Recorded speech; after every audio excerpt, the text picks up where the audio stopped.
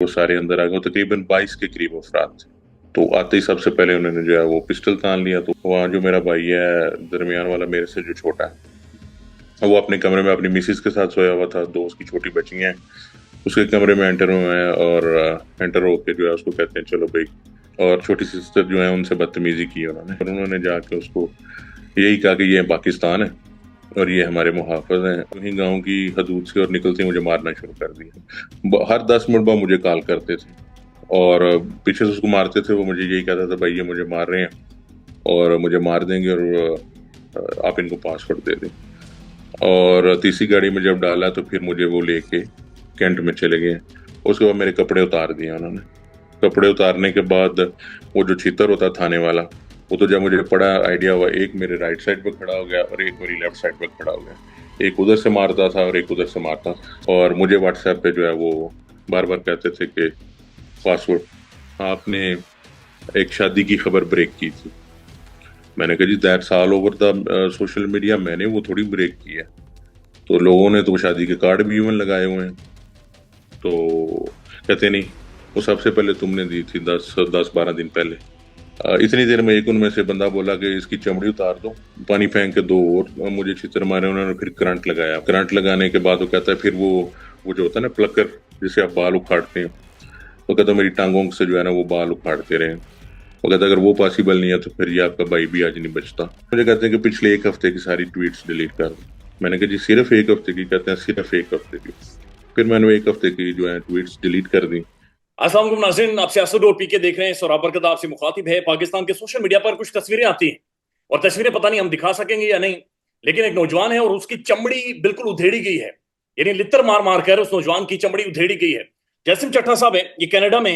इन्होंने ट्वीट किया कि इनके भाई और इनके घर के ऊपर दावा बोला है इदारों ने। ये एक बड़ी खौफनाक कहानी है। जैसिम साहब से पूछते हैं। Sir, very much welcome. क्या हाल है आपके? अल्हम्दुलिल्लाह, आप सुनाएं? ठीक है, खैरियत से सौरभ भाई? सर, अब हम तो ठीक है, लेकिन जो चीजें आपने सोशल मीडिया पर शेयर की हैं वो इंतहाई खौफनाक हैं। ये बताएं कि ये रात 2 बजे असल में हुआ क्या? ये एक्चुअली मैं तो यहाँ पे अपने क्लिनिक पे था और मुझे कॉल आई मेरे कजन की कि घर पे रेड हुआ है। और तकरीबन कोई 5 से 6 के करीब विगो डाले थे और दो पुलिस की गाड़ियां थी और एक कार थी सिविल। आई डोंट नो वो जाहिर है उन्हीं की होगी। और वैसे मेरे घर का जो गांव में स्ट्रक्चर है जहाँ पे हम रहते हैं, वहां पे आप एंटर नहीं हो सकते। लेकिन वो गेट के ऊपर थोड़ी सी स्पेस जो है ना वो बाकी है। तो वहां से एक बंदा जो है वो अंदर चढ़ा है और चढ़ के उसने अंदर से गेट खोला है। और गेट खोल के फिर वो सारे अंदर आ गए। वो तकरीबन 22 के करीब अफराद थे। 21-22 के करीब जो है वो बंदे थे। और सहन में जो है वो मेरी वालदा सोई हुई थी और साथ ही मेरी सिस्टर थी। तो आते ही सबसे पहले उन्होंने जो है वो पिस्टल तान लिया। तो वालदा जो है वो घबरा के उठ पड़ी कि ये क्या हुआ है।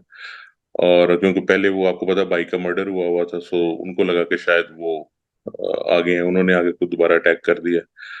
और बहरहाल उसके बाद फिर वो अम्मी को तो उन्होंने कुछ नहीं कहा और वो चले गए छोटे भाई के कमरे की तरफ। तो छोटा भाई मेरा जो है वो माजूर है, पैरालाइज्ड है बचपन से ही। तो उसके कमरे की लाइट ऑन होती है, वो वहां पे चले गए और वो जाके उस पे पिस्तौल तान लिया और उसको कहते हैं चलो भाई। तो उसने कहा कहाँ चलना है, आप कौन लोग हैं? तो उन्होंने कहा कि फिर बताते हैं तुम्हें। उसने कहा भाई मैं तो चल नहीं सकता, फिर मुझे उठा लो। तो उनके साथ एक जो दूसरा सिविल में बंदा था पुलिस वाले के, तो उसने कहा कि चलो इसको छोड़ो और दूसरी तरफ चलते हैं। फिर वो दूसरे कमरे में गए हैं। वहाँ जो मेरा भाई है दरमियान वाला, मेरे से जो छोटा है, वो अपने कमरे में अपनी मिसिस के साथ सोया हुआ था, दो उसकी छोटी बच्चियां हैं। उसके कमरे में एंटर हुए हैं और एंटर होके जो है उसको कहते हैं चलो भाई, चलो हमारे साथ।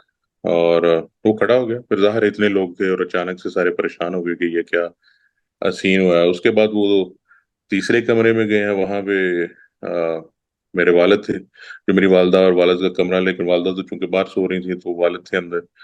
और मेरी हमशीरा आई हुई थी, वो भी थी अंदर, उनकी बच्चे थे साथ। तो वो भी वो अंदर ही थे।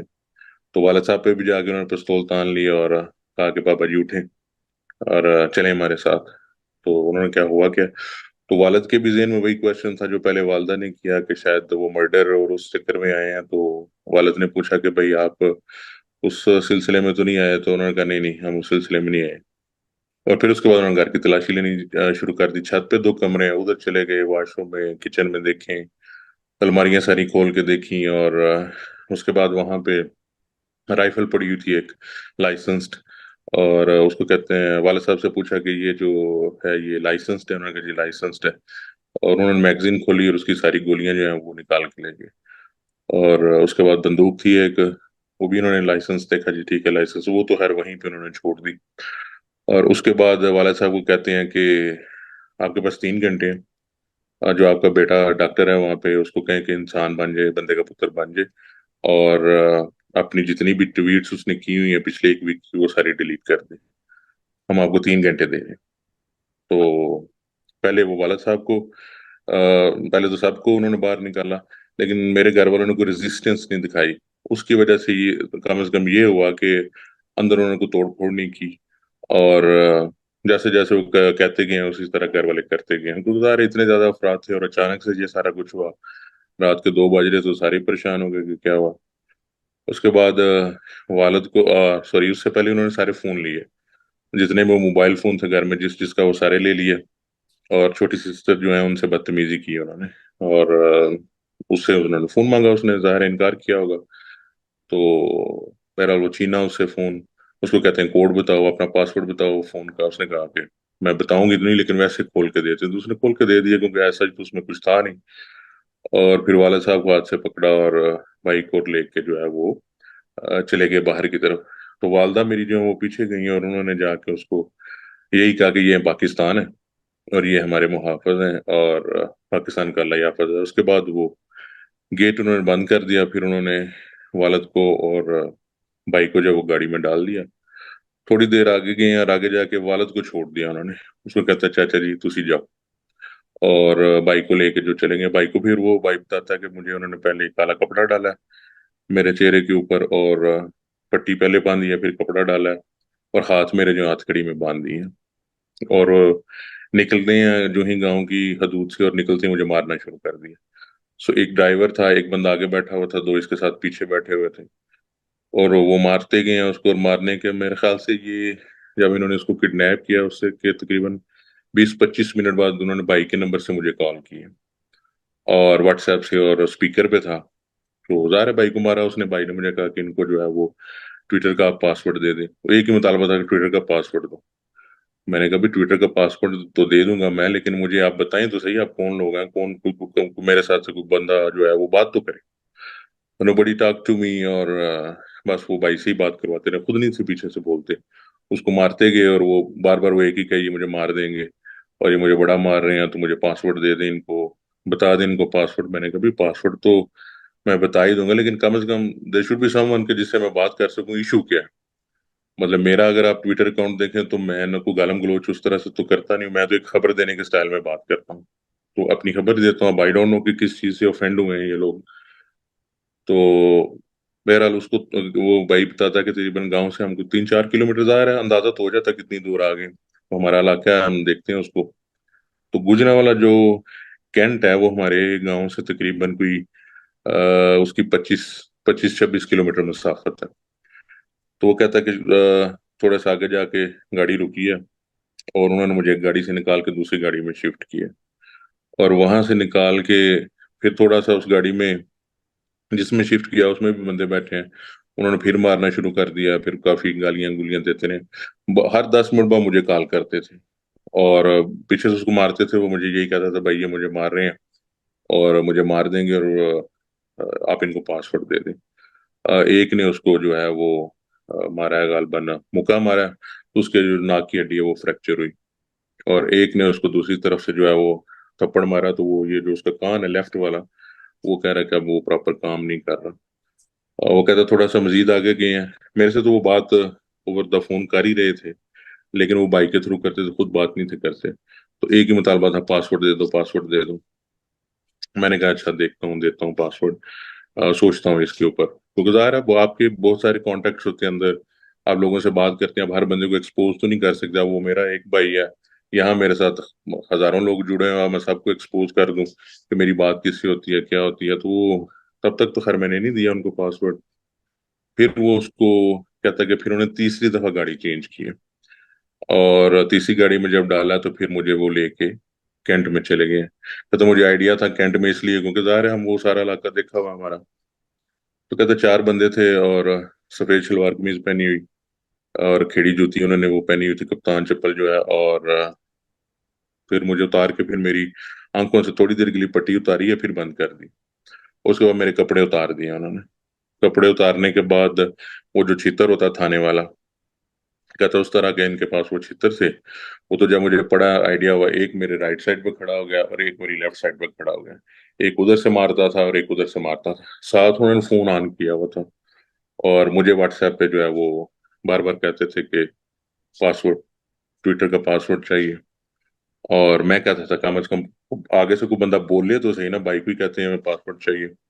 और भाई ने दरम्यान में एक दो दफा जो है वो, जाहिर है जब उसको इतना ब्रूटली मार रहे थे तो वो मुझे कह रहा भाई ये मुझे मार देंगे, आप इनको पासवर्ड दे दें। तो मैंने कहा जी अच्छा पासवर्ड तो देखेंगे।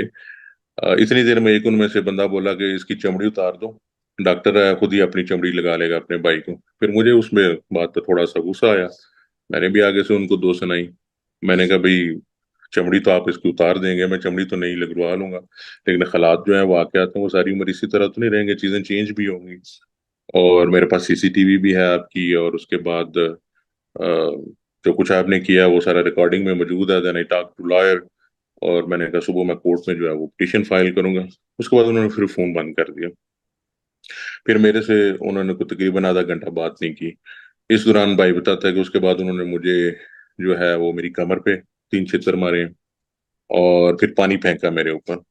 पानी पानी फेंक के दो और मुझे छितर मारे उन्होंने। फिर करंट लगाया मुझे, और करंट लगाने के बाद वो कहता है फिर वो जो होता है ना प्लकर, जिसे आप बाल उखाड़ते हैं, तो कहता है मेरी टांगों से जो है ना वो बाल उखाड़ते रहे। एक एक बाल पकड़ के उतारते थे, जाहिर है वो फिर उससे दर्द होती है आपको। और कहता है उसके बाद फिर मुझे 2 बाई 3 का एक छोटा सा वो लोहे का बना हुआ था कमरा सा, जो भी उसमें फेंक दिया। वो ना मैं खड़ा हो सकता था ना बैठ सकता था। एक पानी की बोतल दी उन्होंने मुझे, उन्होंने कहा यही है इसी से गुजारा करो। और कहता है मैंने उनको कहा कि मैंने नमाज पढ़नी, वो कहता है नमाज भी पढ़ाते हैं तुम्हें। और फिर मुझे फोन किया, कभी पासवर्ड दे दो। और फिर वो उस ऑफिसर ने जो है वो खुद मेरे से बात की, भाई पासवर्ड दे दो। मैंने कहा जी पासवर्ड तो नहीं आपको मिल सकता। फिर इस दौरान उन्होंने मुझे एक पिक्चर भेजी जो वन टाइम ओपन होती है व्हाट्सएप पे, और सेटिंग उसकी लगा के वो ब्लड था उसके ऊपर, वो कट लगा हुआ था स्किन के ऊपर ना। तो मैंने उस पर कोई कमेंट नहीं किया उनको। फिर एक और पिक्चर भेजी उन्होंने मुझे, ब्लड इसी तरह सेम उसी तरह की थी। मैंने उस पर भी उनको कोई रिस्पॉन्स नहीं किया। और फिर दोबारा उन्होंने मुझे कॉल किया। फिर जब दोबारा उन्होंने मुझे कॉल किया तो फिर बाइक उन्होंने मजीद वो मारा है। और फिर भाई मुझे यही कि पासवर्ड पासवर्ड दे दें, पासवर्ड दे दें। क्योंकि पाकिस्तान में उस वक्त तकरीबन समझ लें, उस वक्त जब ये सारा इंसिडेंट हो गया और उसको कैंट में ले गया, मेरा ख्याल है कोई 5 1 का टाइम सुबह मॉर्निंग का हो गया हुआ था। 3 घंटे तो उस पर तशद्दद करते रहे, ये तो फॉर श्योर है, क्योंकि ऑन एंड ऑफ मेरे साथ वो ट्विटर पे जो है वो उस पे, सॉरी ट्विटर कह रहा हूँ, व्हाट्सएप के ऊपर स्पीकर पे थे। उसके बाद फिर खैर मैंने भी some I try to connected with different sources, किसी को मैंने कहा। और उसके बाद फिर उन्होंने मुझे कहा अच्छा आप अपनी ईमेल का पासवर्ड दे दें, ईमेल दे दें। मैंने कभी ईमेल का पासवर्ड आपको मैं कैसे दे दूं, मेरी वो फाइनेंशियल इंस्टीट्यूशंस में लगी हुई हैं, और मेरी वो एक पर्सनल ईमेल है उसके ऊपर मेरा इतने सालों का डाटा है, वो मैं आपको कैसे दे दूं, वो नहीं पॉसिबल है। वो कहता अगर वो पॉसिबल नहीं है तो फिर ये आपका भाई भी आज नहीं बचता। मैंने कहा अभी मार दें इसको। अच्छा वो जब मैंने ये कहा, उसके बाद मेरे से उन्होंने कांटेक्ट बंद किया, और फिर वाले साहब को कॉल किया। तो उसको कहते हैं, वाले साहब को कहते हैं कि भाई अपने बेटे को समझाएं कि अंडा वाले को वो हमें पासवर्ड दे दे, वरना हम इसको मार देंगे। और हमने उसको कहा इसको मार देंगे, तो वो आगे से कहता मार दें। तो वाले साहब मेरे कहते हैं कि आपने हमें 3 घंटे दिए थे, कि भाई 3 घंटे में हम उससे बात करते हैं, तो इतनी देर बाद अगर आप नहीं देते तो फिर हम देखेंगे हमने क्या करना। तो आपने फौरन ही जाकर उसको मारना शुरू कर दिया। तो उसने तो वो एक उस मानी में आपको क्या मार दें, वो उसके मानी को ये तो नहीं है कि आप एक्चुअली उसको मार दें। वो तो जैसे वो एक मुहावरतन कह देता बंदा, कभी ठीक है फिर जो मर्जी कर लो, फिर ऐसे की कर सकते हैं। So that's what happened actually. और फिर उसके बाद मुझे कहते हैं कि अच्छा आप ऐसा करें कि ये चीजें छोड़ें, एक वीडियो बयान बना के अपोलॉजी का दे दें। मैंने कहा मुझे सबसे पहले आप ये बताएं, आपने ये सारा कुछ जो किया है वो किस वजह से किया। एक तो होता है ना कि आपको समझ हो मैंने किसी को गाली दी है, किसी की शान में गुस्ताखी कर दिया है, किसी को मेरी बात बुरी लगी है। आप मेरा पूरा ट्विटर अकाउंट देखें तो मेरा तो वो सिर्फ सिलसिला ही खबरें देने का होता है कि मैं वहां पे खबरें दे रहा हूँ कि ये होने जा रहा है, ये होने जा रहा है, ज़ाहिर है अपने सोर्स से। तो फिर मेरे से उन्होंने दो क्वेश्चन किए। क्वेश्चन नंबर वन था कि हाँ, उससे पहले मैंने वो वीडियो उनको भेजी थी, 10 1 सेकंड की, 12 सेकंड की थी कि जी मैं माजरत चाहता हूँ जो भी मैंने ट्वीट किया। मुझे ये नहीं था आइडिया का किस पे मैंने ये कह दिया कि जो भी मैंने ट्वीट किया। और फिर मुझे कहते हैं कि वो आपने एक शादी की खबर ब्रेक की थी। मैंने कहा जी that's all over the social media, मैंने वो थोड़ी ब्रेक की है। तो लोगों ने तो शादी के कार्ड भी इवन लगाए हुए हैं। तो कहते नहीं, वो सबसे पहले तुमने दी थी 10 10 12 दिन पहले।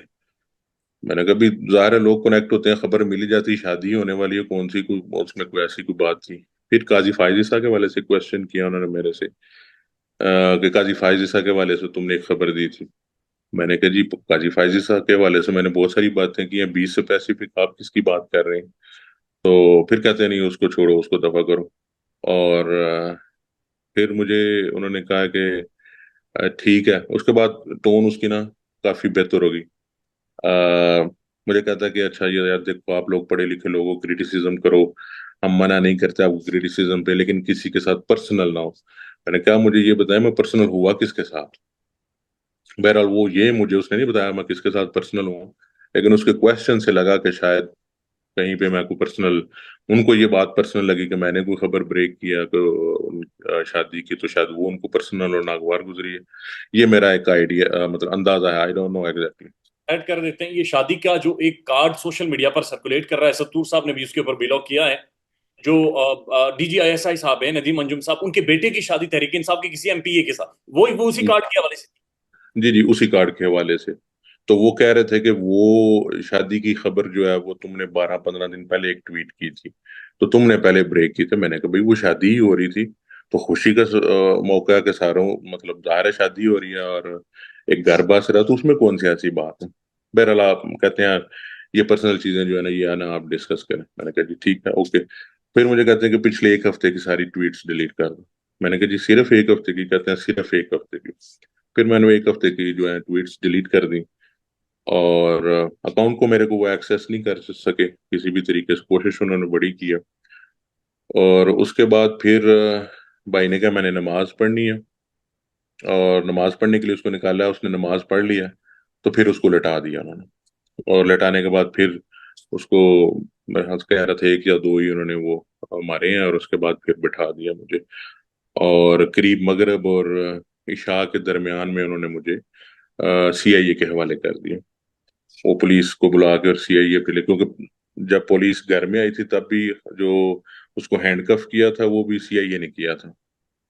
और वो आपको पता ही है कि फिर वहां से गाड़ियां जो बदलने का सिलसिला हुआ, दैट्स मीन्स के वहां से आप वो ले गए टॉर्चर सेल में, वहां टॉर्चर किया जो वो मांगते रहे, और वो जो सारा सिलसिला था उसके बाद फिर वापस पुलिस के हवाले कर दिया। और फिर पुलिस से की कॉल आई तकरीबन कोई शाम, रात को 11:15 बजे के करीब, कि बच्चा अपना आके ले जाए।